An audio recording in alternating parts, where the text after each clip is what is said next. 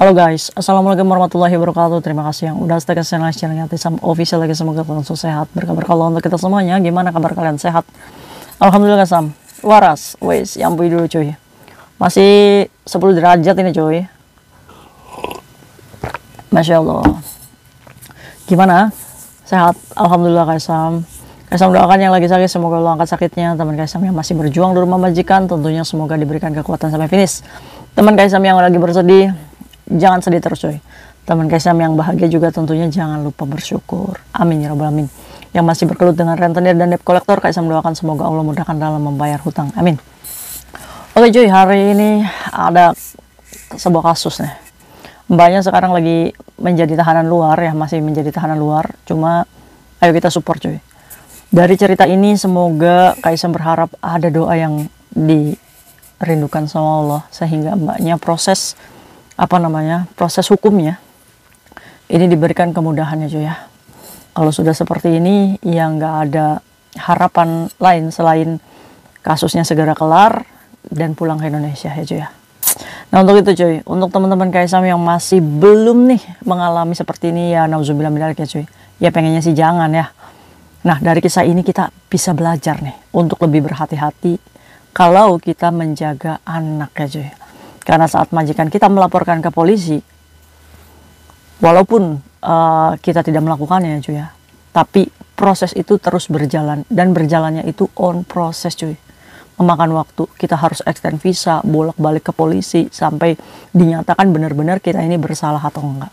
Oke, ayo ceritanya begini. Bukan kemarin, tadi siang ada yang telepon sama Kaisam. Kaisam, saya itu 2 bulan tuh di luar, nggak ada pendampingan, nggak ada uang. Saya ngekos Kaisam dan hari ini saya udah benar-benar nggak punya uang.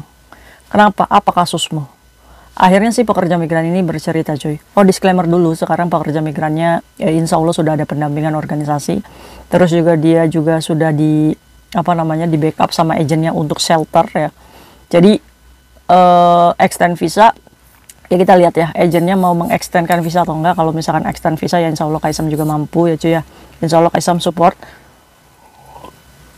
Pokoknya intinya si mbaknya ini sudah tercover ya, tinggal menjalani on prosesnya aja. Kita tinggal mendoakan semoga prosesnya berjalan lancar sampai keputusan bersalah enggaknya.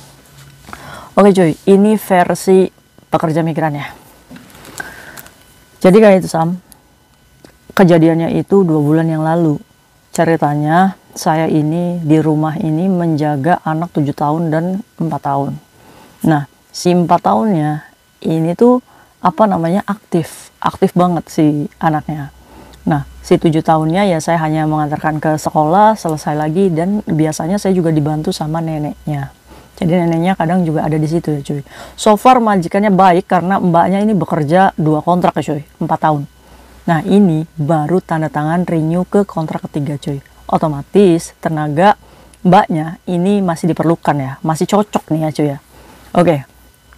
Nah konfliknya ini dimana si majikannya ini sudah pernah ngomong sama si Cece-nya ini, kalau misalkan Cece, kalau nggak ada orang nih di rumah, cuma kamu sama si Silo, ini kamu jangan tinggalkan sendiri, ya kan?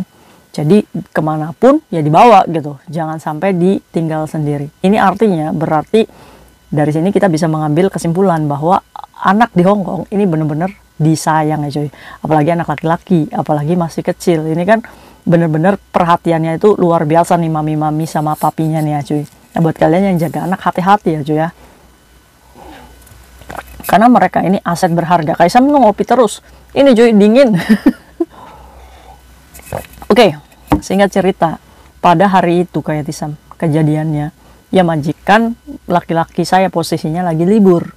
Cuma pada waktu itu si majikan laki-laki saya itu pamit, Cece saya makan di luar. Dalam keadaan posisi lunch ya cuy. Majikan perempuan pada hari itu kerja. Nah di rumah itu tinggal si Cecenya sama si anak 4 tahun itu cuy. Nah singkat cerita nih, si Cecenya ini waktunya lunch, dimana dia ini bikin mie cuy. Jadi si anak ini dibawalah tuh ke dapur, ya kan? Dibawa ke dapur, sebenarnya si Cece ini sudah pernah komplain tentang pintu dapurnya cuy, yang murnya itu agak kendor-kendor gimana gitu cuy. Cuma ya namanya komplain ya komplain, tetap nggak dijalani gitu ya kan. Nah ini nih buat kalian, kalau sekiranya itu bisa dikerjakan sendiri, kalian kerjakan sendiri. Kalau misalkan memang bisa diobeng sendiri, kalian obeng sendiri ya kan. Nah itu dibutuhkan kita ini terampil ya cuy. Iya, kayak Kaisam tuh ngechat, Kaisam seriusan cuy ngechat, bukain mur itu, suka. Nah si anaknya ini dibawa ke dapur, si Cecenya ini kelontang-lontang bikin mie cuy. Nah setelah nih udah jadi nih mie-nya, si anak ini nangis posisinya di dalam dapur ya cuy ya, berdua ini di dalam dapur. Dapurnya ada pintu setengah kayak gitu. Nah si anak ini nangis, pengen keluar. Cece, saya pengen keluar, saya pengen keluar. Fabehe. Nah pikirnya si Cece, tunggulah, biasanya juga nurut cuy ini anak. Yang nggak tahu mungkin pada hari itu apes ya cuy, yang nggak tahu. Nah akhirnya si Cecenya ini mau nuangin si bumbu, itu si anak tuh udah nyenggol-nyenggol pintunya pakai pantatnya itu loh cuy. Jadi dorong-dorong pintunya tuh cuy, pengen keluar nih. Nah singkat cerita nih, mau aja ini ngucurin si bumbu mie nya cuy, pintunya itu roboh.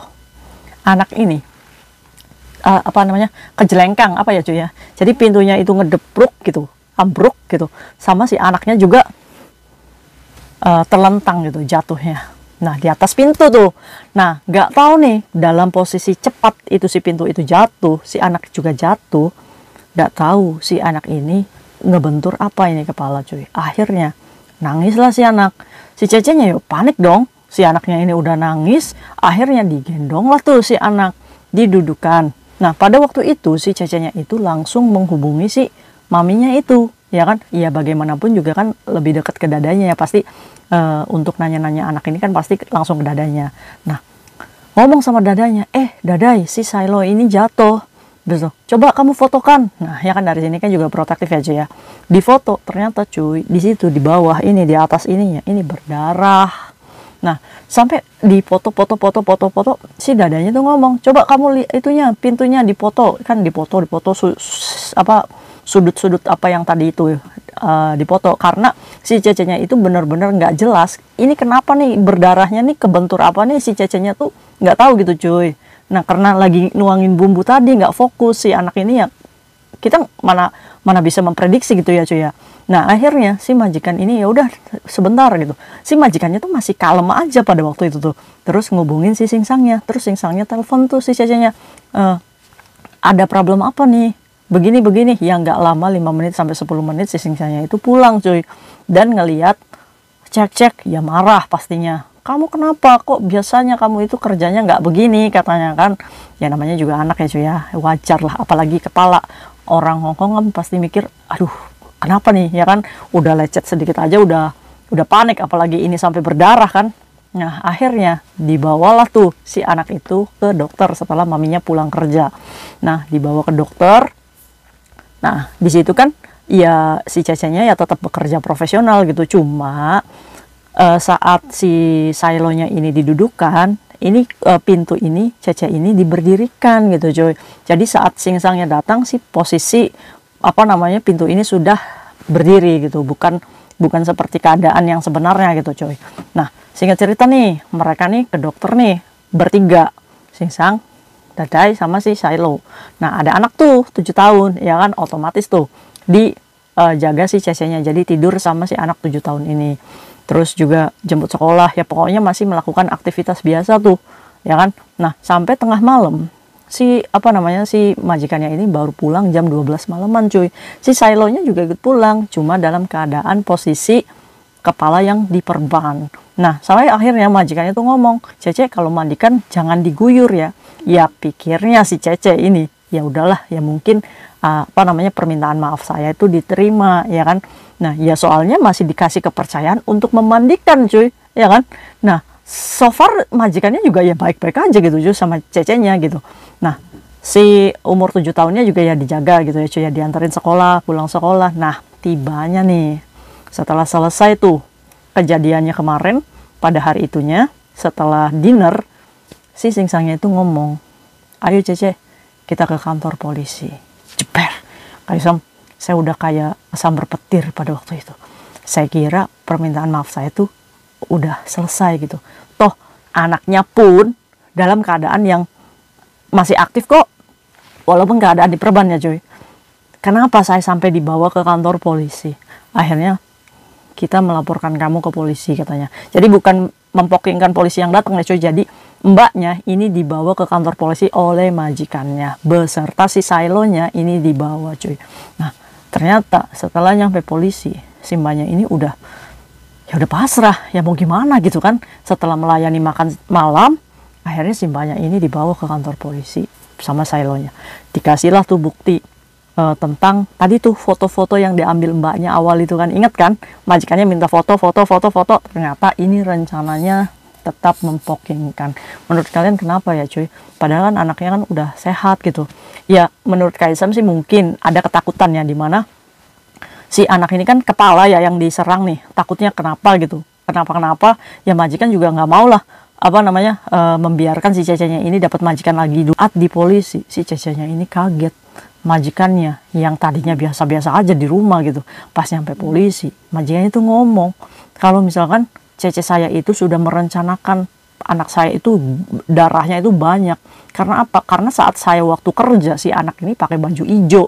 Nah saat kejadian, saat suami saya pulang, ini anak udah pakai baju merah katanya cuy. Nah yang dicurigain ini baju hijaunya pasti udah berlumuran darah dan sudah dicuci. Ini tuduhan majikannya cuy. Aduh, pusing ya. Sampai Kaisam tuh ngomong, kamu demi Allah nggak kayak gitu? Enggak kak, ngapain saya itu demi Allah kak. Jadi menurut si mbaknya pada waktu itu memang iya kak, dia ini pakai baju hijau. Cuma karena anak kecil ini lagi pilek dan umbelnya ini, kok umbel sih? Ingusnya ini sampai keluar, basah cuci tangan. Ya namanya juga anak kecil kak, ya jadi saya ganti itu baju. Nah sebelum kecelakaan itu memang sudah diganti bajunya kak. Terus setelah itu ya pakai baju itu kecelakaannya. Dan saya lihat tuh nggak ada darah yang bener-bener ngocos, enggak kak. Tapi memang berdarah, tapi nggak banyak gitu. Ya sampai Kaisam itu speechless, saya sudah bingung ya. Kaisam hanya mendengarkan versi mbaknya dulu nih. Terus setelah itu ya majikannya ya namanya juga lagi emosi ya cuy ya. Jadi keluarin tuh semuanya unek-uneknya. Akhirnya si pekerja migran ini di sel prodeo dulu cuy, 2 hari. Nah didampingi penerjemah. Terus setelah itu dia meninggalkan uang jaminan. Sampai pada akhirnya sekarang proses penyelidikannya masih berlanjut. Nah versi mbaknya ini ngomong cuy. Kalau misalkan majikannya tuh padahal tuh baik-baik aja gitu. Dia juga sampai nggak nyangka gitu permintaan maafnya itu nggak guna gitu kan. Selama ini saya bekerja ikut mereka itu dari si Silo itu nyeprot gitu ya cuy ya. Mana mungkin sih kalau misalkan saya mau benar-benar mencelakakan si anak ini. Padahal saya tuh sayang kak sama ini anak. Ya kan ini cuy, musibah itu nggak ada yang tahu. Sampai Kaisam itu ngomong, kamu nggak bisa meninggalkan itu mimu dulu, menghandle anakmu untuk digendong dulu. Kan dia lagi fabehe itu di pintu, ya kan? Ya kak, biasanya tuh nurut anak nih. Tapi nggak tahu mungkin pada saat itu ya saya lagi diuji sama Allah ya kan. Nah ini nih cuy, buat kalian nih kalau misalkan anak udah fabehe kayak gini, tinggalkan dulu nih pekerjaan kamu. Kamu ambil itu dulu anak, kendalikan, ya kasih mainan atau kasih apa dulu gitu. Supaya dia ini coteng-teng gitu. Sampai menunggu kamu itu prosesnya selesai bikin mie. Ini bisa jadi contoh nih ya. Jadi buat kalian nih yang jaga anak-anak kecil nih, kalau misalkan memang keadaannya urgent ya, kalau misalkan dianya udah fabehe bener-bener, kita kendalikan. Kita sampingkan dulu pekerjaan kita, walaupun kita lapar, walaupun itu jamnya kita makan siang, kita kendaliin dulu ini anak. Jangan sampai nih kecelakaan kerja kayak gini. Yang rugi siapa? Kita cuy. Nah, Kaisam nanya, kamu punya hutang bang di sini? Enggak. Kamu punya hutang majikan? Enggak. Ini ujian manusia itu berbeda ya cuy. Nah, berarti Kaisam bersyukur ya saya lebih baik hutang bang. Ya nggak gitu juga, ya kan? Cuma ini sebagai motivasi bahwa ujian hidup orang itu berbeda-beda. Ya, tinggal gimana cara kita menghadapinya nih. Ayo cuy, kita sama-sama mendoakan mbaknya yang saat ini masih proses penyelidikan polisi ya cuy ya, sampai diputus kalau misalkan memang itu adalah benar-benar kecelakaan. Kaisam tuh sedih kalau kayak gini. Ya kalian bayangin gak sih, jadi tahanan luar, kita harus extend visa, kita tanpa gaji ya kan. Akhirnya cuy, setelah keluar dari polisi, si mbaknya ini mau ngambil barangnya nih di rumah majikannya. Terus ngomong, mem, kalau si polisinya tuh ngomong sama mbaknya, ini majikan kamu nih udah gak mau sama kamu, jadi kamu jangan pulang ke rumah majikan kamu ya. Terus cuma karena saya itu kayak pengen ambil barang saya, jadi saya tuh hubungin majikan saya, mem, saya mau ngambil baju saya. So far tuh majikannya tuh masih oke gitu, oke, kamu kesinilah, tapi kamu kesini bawa agent ya, jangan sendirian. Akhirnya ya minta tolong agent mendampingi sampai sana tuh ngomongnya masih baik-baik aja gitu ya kan, walaupun 4 tahun itu kebaikan kita, perjuangan kita ikut keluarga itu ya udah hilang gitu cuy. Ya sedihnya tuh di situ kayak sama itu ya, kita udah mengabdi 4 tahun hanya karena kesalahan begini nih, sampai kita akhirnya kehilangan tuh kepercayaan, udah hilang tuh. Sampai pada akhirnya si mbaknya ini beresin koper, ya kan, beresin koper sambil dilihatin sama majikannya oke gitu. Terus penyelesaian sisa gajinya ya kan, tiket pesawat sama apa kan belum ya, karena mbaknya masih proses hukum. Nah sudah selesai kopernya diberesin, terus mbaknya geret pamitan dengan keadaan kondisi yang seperti ini. Kaisam tuh sedih beneran. Aduh, nggak ada yang bisa Kaisam melakukan selain Kaisam support apa sih yang dibutuhkan ya kan. Nah tadi itu agennya tuh agak nggak mau menerima, tapi Kaisam udah sarankan untuk membuat laporan ke KJRI supaya agennya itu ditelepon, karena tanggung jawab mbaknya di luar ini masih tanggung jawab agensinya. Setidaknya agensi menyediakan shelter, tempat tinggal ya cuy ya. Nah sekarang mbaknya sudah ditangani sama organisasi juga. Insya Allah ya kita berjuang untuk mbaknya, semoga benar-benar diputuskan tidak bersalah ya cuy, walaupun menempuh proses yang panjang. Aduh, semoga kisahnya bisa menjadikan pembelajaran kita supaya hati-hati nih, jangan sepelekan cuy. Ini jaga anak nih bener-bener susah-susah gampang gitu ya cuy, ya kan. Aduh, ini udah menjalankan apa SOP-nya dengan benar nih mbaknya kan. Tadi kan dibilangnya kalau nggak ada orang dibawa nih, udah dibawa nih ke dapur, ya kan. Cuma mbaknya mungkin menyepelekan ya biasanya juga nurut kayak Isam. Nah mulai sekarang nggak boleh kayak gitu ya. Jadi kalau ngelihat anak sudah fabehe kayak gini, tinggalkan eminya, gendong si anak. Atau anaknya itu ditaruh di tempat duduk, kita setidaknya kasih handphone dulu sebentar, ya kan? Atau kita kasih permainan apa yang membuat anak ini tertarik. Atau kita dudukan si anak sambil kita kingkai sama dia, sambil ngaduk-ngaduk mie. Saya lo, leci ya. Nah, jadi libatkan dia dalam pembicaraannya. Dia itu boring cuy. Dia itu fabehe itu karena boring. Iya kan? Jadi anak kecil itu boring ngelihat kita bikin mie aja. Atau mungkin si anaknya lapar ya. Jadi kita cikus bang ya, kita tuh harus mengerti. Apa sih? Kenapa sih dia ini bisa fabehe? Ya. Kesampaikan dulu. Fokus. Jangan sampai kejadian mbaknya ini terjadi dengan kita. Nauzubillah min dzalik ya cuy.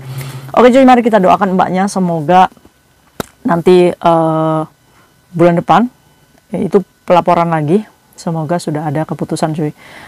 Ya kan, polisi lagi mencari bukti nih tentang tuduhan-tuduhan majikannya. Semoga tuduhan-tuduhan tersebut buktinya tidak kuat sehingga menjadikan mbaknya bebas. Amin ya rabbal alamin.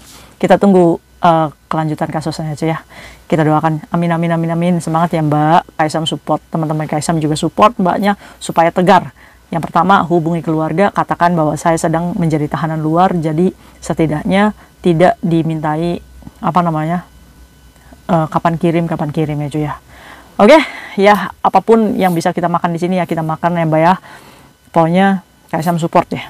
Amin ya rabbal alamin. Sedih ya cuy, sedih nggak sih kalian? Amin ya rabbal alamin. See you next video, bye bye. Assalamualaikum warahmatullahi wabarakatuh. Jadikan pembelajaran untuk kita semua supaya lebih berhati-hati ya. Ya ampun.